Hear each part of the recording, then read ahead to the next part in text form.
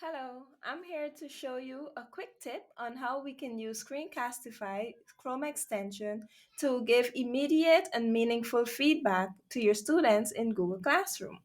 So without any further ado, let's get into the quick tutorial. Here in Google Classroom, I'll click on an assignment and I'm using the Screencastify extension with the drawing tools to give feedback. I have a pen option and I can choose the various colors. If I once I click on pen, I can choose the color that I want.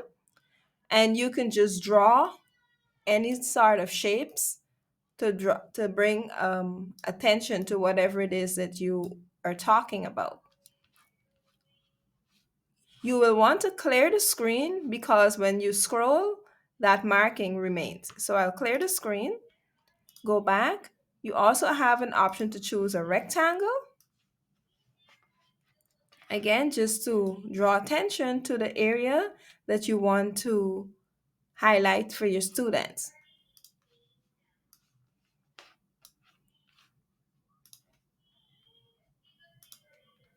We also have stickers.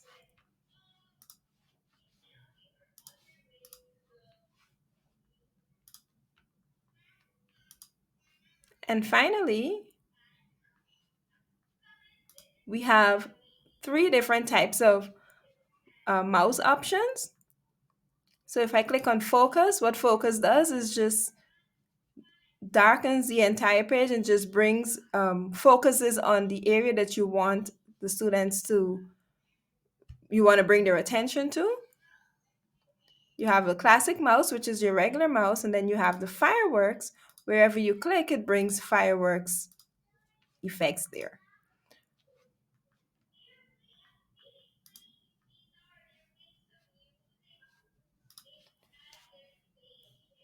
Once you're finished giving your feedback and you click stop, it automatically opens the editor screen because all of your recordings are stored in a Google folder, as you already know.